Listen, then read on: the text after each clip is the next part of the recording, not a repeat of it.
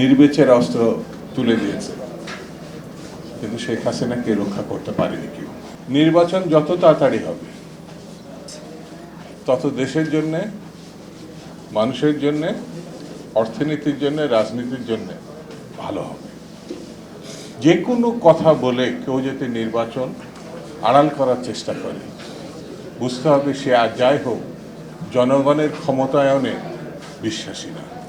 তারা তাদের মতো করে মেলাতে পারে, কিন্তু তারা নাৎসিবাদ এবং ফ্যাসিবাদের সমর্থক হিসাবে চিহ্নিত হবে। তারা শুধু যে গত এক মাসে হত্যাকাণ্ডের যুক্ত ছিল এমন না, তারা সুদীর্ঘ 15 বছর 16 বছর ধরে এই হত্যাকাণ্ডের সঙ্গে যুক্ত। এটা এখানে অনেক বক্তা এটা তুলে ধরেছে। শিয়া বাটার ও ভিটামিন ই সমৃদ্ধ lily glam beauty soap. Lily, always beautiful. বাংলাদেশের শুরুতে 3.5 বছরের একটা মর্মান্তিক ইতিহাস আমাদের দেশে আছে।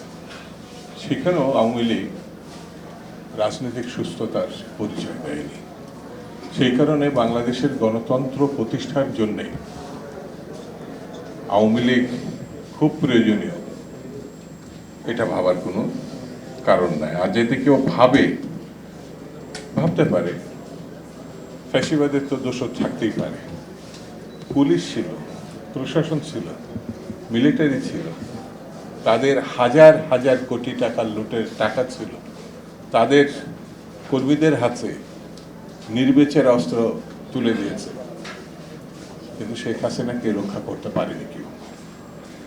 দেশের জনগণ যখন কাউকে প্রত্যাখ্যান করে, সেই প্রত্যাখ্যান কত নির্মম হয় সেটি গত 2 মাস আগে সারা বিশ্ব দেখেছে, বাংলাদেশ দেখেছে।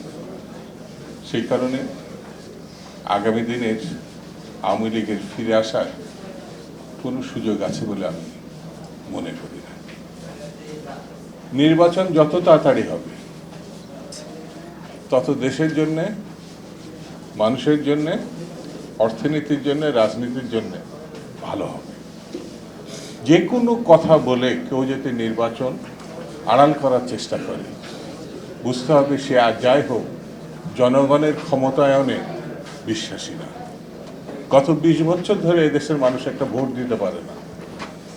নানান কথা বলে, উন্নয়নের কথা বলে, গণতন্ত্রের তথাকথিত শব্দ উচ্চারণ করে, কেউ কেউ ইসলামের কথা বলে এই মানুষের ভোটাধিকারকে রহিত করেছে। আমি ব্যক্তিগতভাবে মনে করি, আমার দলও মনে করে, মানুষের ভোটাধিকার ফিরিয়ে দেওয়ার অর্থই হচ্ছে গণতন্ত্রের সপক্ষে কাজ করা।